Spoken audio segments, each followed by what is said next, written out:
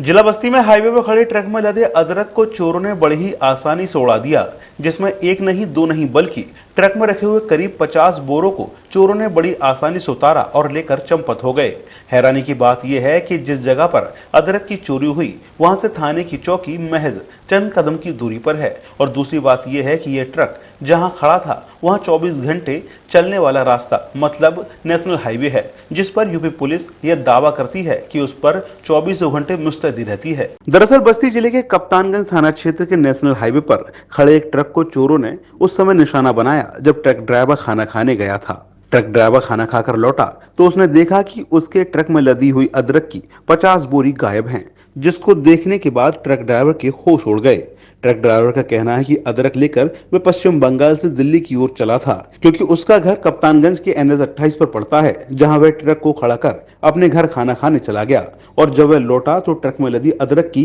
कई बोरियां गायब थीं, जिसकी कीमत लाखों में थी। जिस तरह से इस समय सब्जियों के दाम आसमान छू रहे हैं, उसको देखते हुए अब चोरों की तिरछी नजर भी अब इन बेशकीमती सब्जियों पर भी पड़ गई है। आपको बता दें कि इन दिनों अदरक फुटकर बाजार में 200 से 250 रुपए किलो बिक रही है, जिसको देखते हुए चोरों ने ट्रक में लदे लाखों के अदरक को रात के अंधेरे में उड़ा दिया और पुलिस देखती रह गई। पुलिस चौकी से महज चंद कदम की दूरी पर अदरक की 50 बोरी की चोरी की सूचना मिलते ही पुलिस तत्काल मौके पर पहुंची और मिली तहरीर के आधार पर घटना की छानबीन शुरू कर दी गई है।